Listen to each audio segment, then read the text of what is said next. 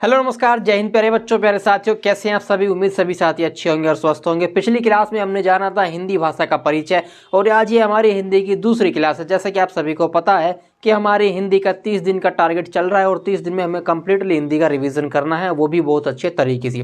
तो अगर आप किसी भी परीक्षा की तैयारी कर रहे हैं जिसमें आपसे हिंदी पूछी जानी है, चाहे वो SSC GD, UP constable, UP home guard, UPSI या फिर रेलवे का कोई भी एग्जाम हो जिसमें हिंदी के क्वेश्चन पूछे जाते हैं, तो आप ये 30 दिन की क्लासेस ज्वाइन कर सकते हैं और आपके लिए बहुत ही अच्छी बेनिफिट्स देने वाली है। तो आज की हमारी क्लास होने वाली है हिंदी भाषा का विकास। और साथियों, स्टार्टिंग में ही हम जानेंगे कि हिंदी भाषा विकास के कुछ चरण। हिंदी भाषा विकास के अभी तक 4 चरण सामने आए हैं, जिसमें पहला होता है आपका आंगिक भाषा। आंगिक भाषा से हम समझते हैं शरीर के अंगों के इशारों से जो भाषा है हमें समझ में आती है। जैसे ये क्या है, एक, ये क्या है, दो। तो इस तरह के इशारों से जो भाषा होती थी पहले ज़माने में, तो वो होती है आंगिक भाषा। उसके बाद में आपकी आती है वाचक भाषा। वाचक भाषा का मतलब है जो आप अपने मुंह से किसी को कह करके कुछ बात बताते हैं, अपने विचारों का आदान प्रदान करते हैं, वो आपकी वाचिक भाषा हो जाती है। तीसरी आती है आपकी लिखित भाषा। किसी भी भाषा को लिख करके कुछ भी हमने लिख दिया और उससे अपने विचारों का आदान प्रदान किया, तो वो हो जाती है हमारी लिखित भाषा। जैसे हम बुक्स पढ़ते हैं, किताबें पढ़ते हैं, या लव लेटर आजकल बहुत ज़्यादा काफ़ी चर्चाओं में है, और अब तो हम मैसेंजर पे टेक्स्ट कर रहे हैं। तो यही होती है लिखित भाषा, कुछ भी लिख करके दूसरे को अपने विचारों का आदान प्रदान करना। और चौथी और लास्ट हमारी आ जाती है यांत्रिक भाषा। यांत्रिक भाषा वो भाषा है जिसमें हम अपनी आवाज़ को किसी भी इलेक्ट्रॉनिक डिवाइस में रिकॉर्ड करते हैं और उसके बाद में उसको सुन सकते हैं, तो वो हो जाती है हमारी यांत्रिक भाषा। तो भाषा के विकास के 4 चरण आप याद रखेंगे, चारों मैंने आपको बता दिए। इसके बाद में भाषा की कुछ इकाइयाँ हैं। सबसे पहली बात, भाषा की सबसे छोटी इकाई जो है वो है ध्वनि। जो हम बोलते हैं उससे जो साउंड निकलता है वो है भाषा की सबसे छोटी इकाई, ध्वनि। ठीक है।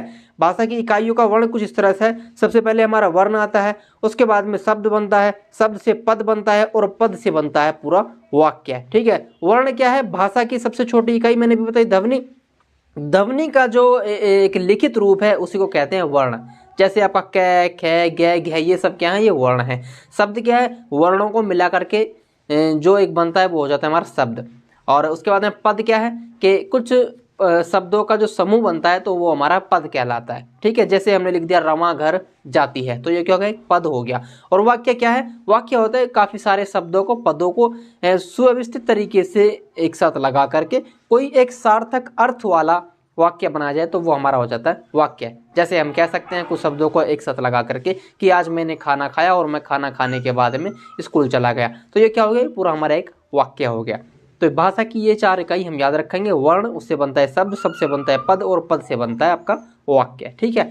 अब जो मेन इंपॉर्टेंट हमारा याद रखने वाली चीज़ है वो है भारत में भाषा के परिवार।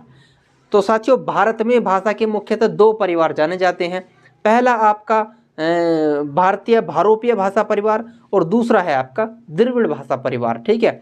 भारतीय भारोपीय भाषा परिवार में से भी हमारा जो भारत में बोली जाती है वो है आर्य भाषा परिवार। कौन सी? आर्य भाषा परिवार। और ये जो आर्य भाषा परिवार है ये उत्तरी भारत की तरफ बोली जाती है। और जो आपका द्रविड़ भाषा परिवार है तो इसकी भाषा जो है वो दक्षिण भारत की तरफ हमारी बोली जाती हैं। ठीक है। आपकी आर्य भाषा परिवार में कौन कौन सी भाषाएं आ जाएंगी, लिख लेंगे। संस्कृत से निकलने वाली भाषाएं हमारी जैसे हिंदी, बांग्ला, समिया, गुजराती, मराठी, पंजाबी या डोगरी, ये सभी भाषाएं क्या हैं? ये सभी आर्य भाषा परिवार की भाषाएं हैं। और वहीं हमारी द्रविड़ भाषा परिवार की जो भाषाएं हैं वो हमारी हो जाती है जो दक्षिण भारत में बोली जा रही है, कन्नड़, मलयालम, तेलुगु, तमिल, ये सभी क्या है? ये है हमारी द्रविड़ भाषा परिवार की भाषाएं। अब भारतीय आर्य भाषा जो है उसे भी 3 चरणों में बांटा गया है। कौन कौन से?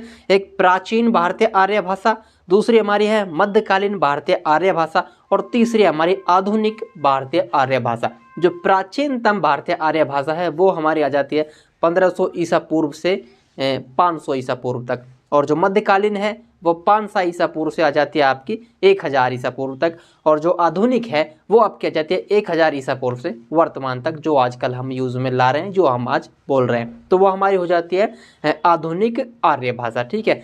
तो अब हम इन तीनों भाषाओं के रूप को जानेंगे।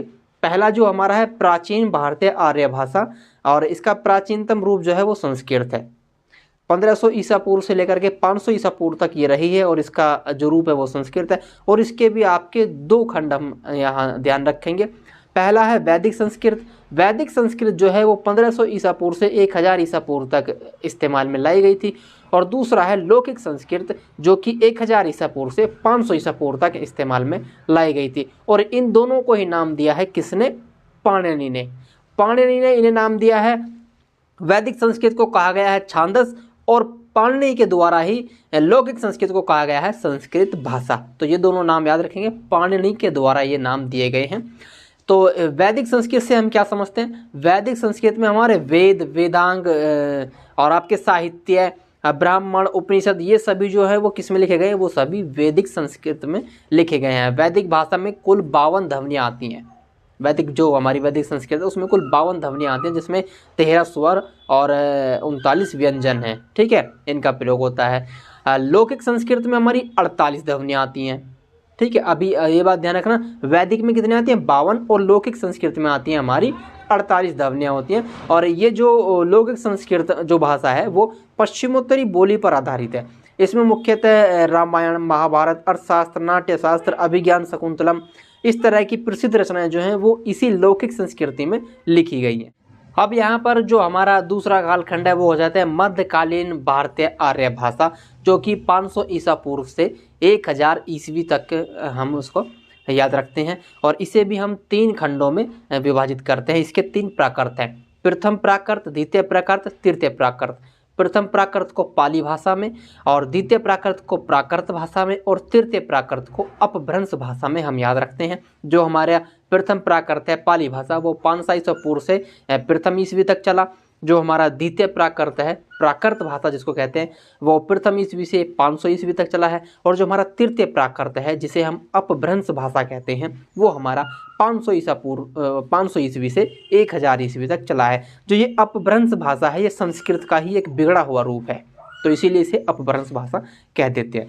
तो जो हमारी पाली भाषा है, यानी कि जो हमारा प्रथम प्राकृत है पाली भाषा, तो उसे प्रथम देश भाषा या बुद्ध भाषा और संस्कृत का बिगड़ा हुआ रूप, इन नामों से भी हम जानते हैं।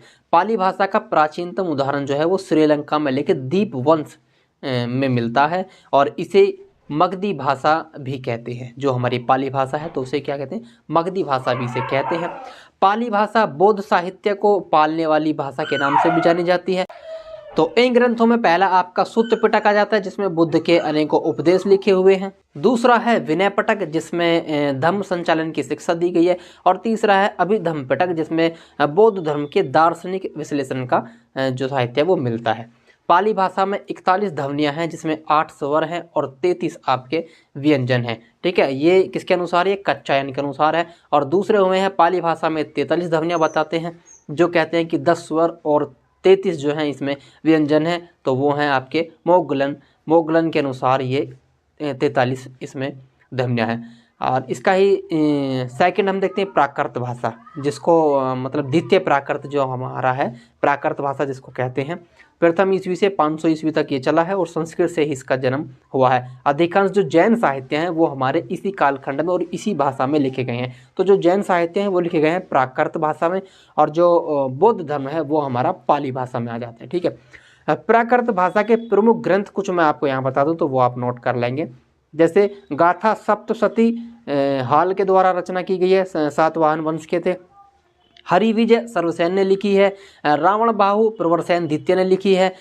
कुवलयालम ये उद्धोतन सूरी ने लिखी है। और लीलावती आपकी जो कि कौतूहल ने लिखी है। तो ये सभी क्या है? ये सभी प्राकृत भाषा में लिखी गई रचनाएं हैं।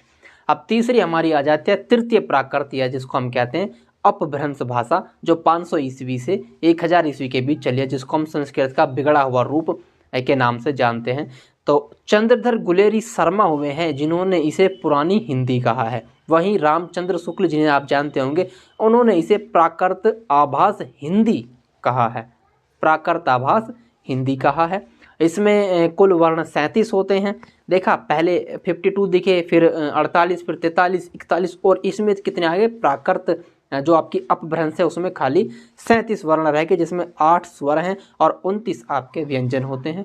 अपभ्रंश की लिपि जो है वो देवनागरी लिपि है, ये आप लिख लेंगे। और इसे संधिकालीन भाषा भी कहा जाता है, क्योंकि ये प्राकृत और पुरानी हिंदी के बीच की कड़ी है। तो इसीलिए इसे क्योंकि इन दोनों में संधि बनाती है, तो इसे संधि भाषा भी कहा जाता है।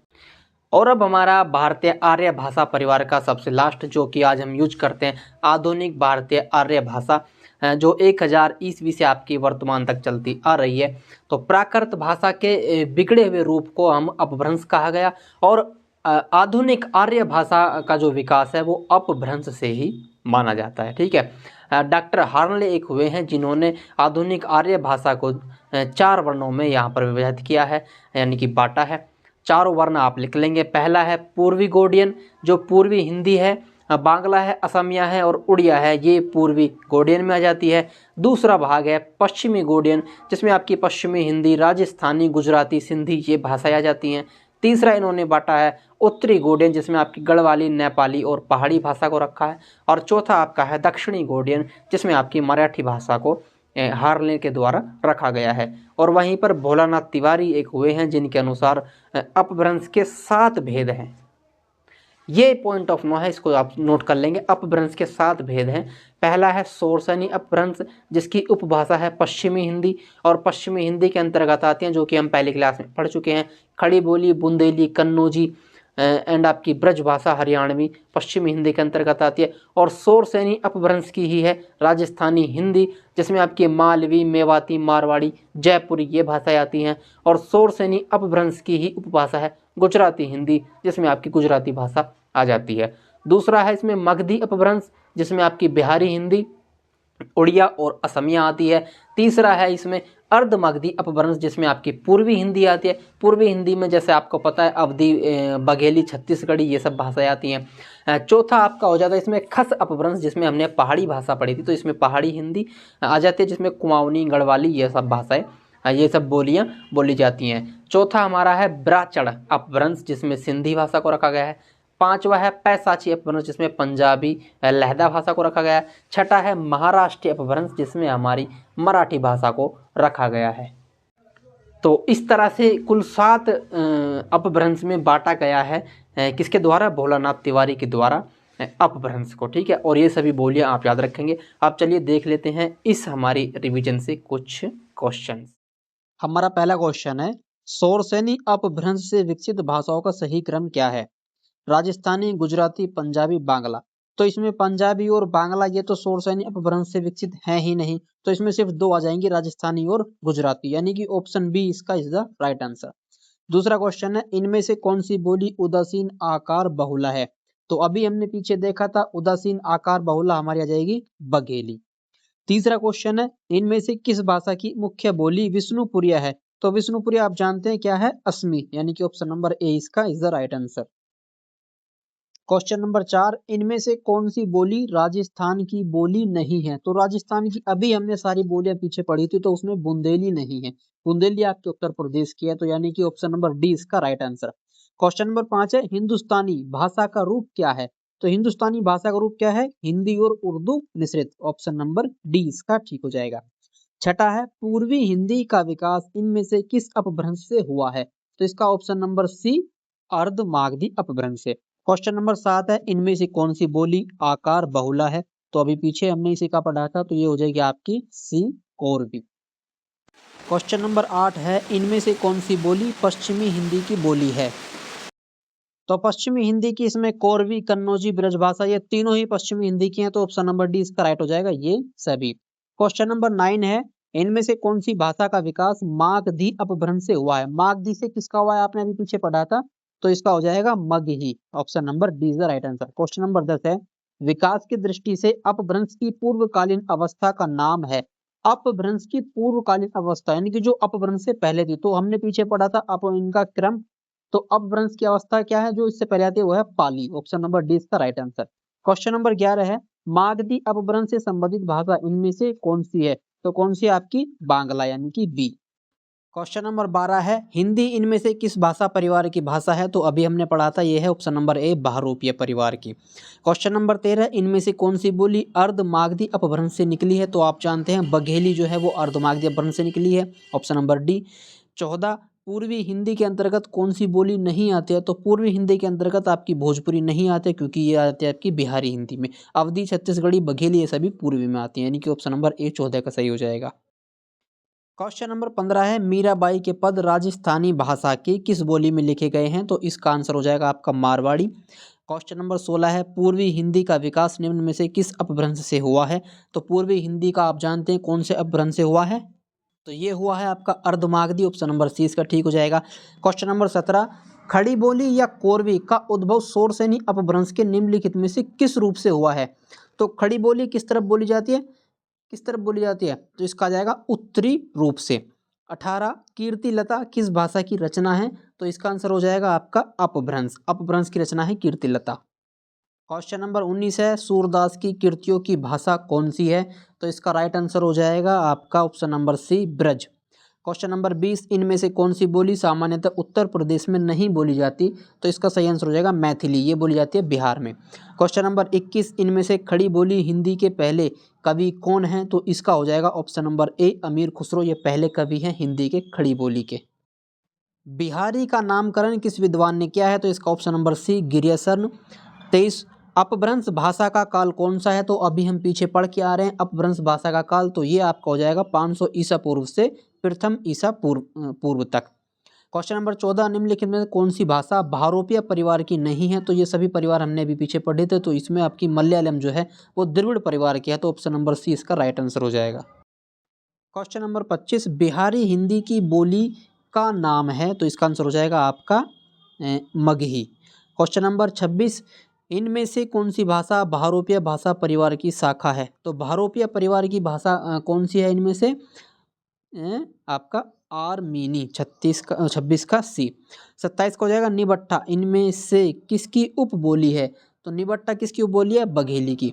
28वां संत सिंगा की भाषा क्या थी? तो संत सिंगा की भाषा थी आपकी Nimadi. Option number D. Question number 29 आपका आता है बनाफरी इनमें से किस बोली की उपबोली है? तो ये हो जाएगी ऑप्शन नंबर डी इनमें से कोई नहीं।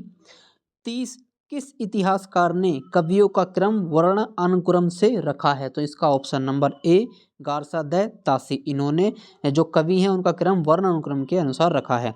31 इनमें से अपील शब्द क्या है? तो अपील शब्द क्या है? 31 का ऑप्शन नंबर बी। ये जो है ये विदेशज है। क्वेश्चन नंबर 32 संस्कृत किस परिवार की भाषा है? तो इसका हो जाएगा आपका बी आर्य। आर्य अभी हमने पीछे पढ़ा था। 23 मगही किस राज्य में ज़्यादा बोली जाती है? तो 33 का आपका हो जाएगा ऑप्शन नंबर ए बिहार में। 34 निम्नलिखित बोलियों में से किस बोली का विकास शोरसेनी अपभ्रंश से नहीं हुआ है? तो इसमें आप देख सकते हैं शोरसेनी से किसका नहीं हुआ? बघेली का। तो 34 का हो जाएगा ए। क्वेश्चन नंबर 35 दक्षिण भारत की भाषाएं किस परिवार की भाषा हैं? तो दक्षिण भारत की किसकी हैं? द्रविड़ परिवार की। तो 35 का ए। 36 सिंधी भाषा का विकास किस अपभ्रंश से हुआ है? तो पीछे अभी हमने पढ़ा था सिंधी का विकास हमारा किससे हुआ था? ब्राचड़ से। 37 कोरवी किस बोली को कहते हैं? तो कोरवी किसे कहते हैं? खड़ी बोली को। 38 किस बोली में ने परसर्ग लगाया जाता है? तो ने किस परसर्ग में लगता है कौन सी बोली में? तो ये आपका आ जाएगा खड़ी बोली में। क्वेश्चन नंबर 39 निम्नलिखित में से कौन सी एक बोली पश्चिमी हिंदी वर्ग की नहीं है? तो कन्नौजी खड़ी बोली ब्रज भाषा ये सभी जो है पश्चिमी हिंदी के हैं। डी छत्तीसगढ़ी जो है वो हिंदी की नहीं है, पश्चिमी की नहीं है, वो पूर्वी हिंदी की है। तो 39 का आंसर हो जाएगा डी। 40 उर्दू शब्द किस भाषा से लिया गया है? तो ये हमारा लिया गया है अरबी भाषा से। Option number D. 41 Meerut Saharanpur Bijnor किस बोली क्षेत्र में आते हैं? तो ये आते हैं खड़ी बोली के क्षेत्र में, यानी कि option number C. Question number 42 पश्चिमी हिंदी का संबंध किस अपभ्रंश से माना जाता है? तो यह है Shauraseni. Option number A. Question number 43 Hindi भाषा का आरंभ कब से हुआ? तो 1000 ईस्वी से। क्वेश्चन नंबर 44 बघेली बोली का संबंध किस उपभाषा से है? तो इसका ऑप्शन हो जाएगा पूर्वी हिंदी। क्वेश्चन नंबर 45 तुलु किस राज्य में ज़्यादा बोली जाती है? तो तुलु बोली जाती है आपकी कर्नाटक में। 46 प्राकृत किस परिवार की भाषा है? तो प्राकृत हम पहले ही पढ़ चुके हैं, ये है आपकी आर्य परिवार की भाषा। 47 गुजरात की राजभाषा कौन सी है? तो गुजरात की राजभाषा हम पहले जान चुके हैं, वो है गुजराती। तो साथियों ये वो सभी क्वेश्चंस थे जो आपकी आगामी परीक्षाओं में आपसे पूछे जा सकते हैं। इन क्वेश्चंस को एक बार फिर से आप रिपीट जरूर कर लें और ये क्लासेज आपको कैसी लग रही है कमेंट में जरूर बताएं।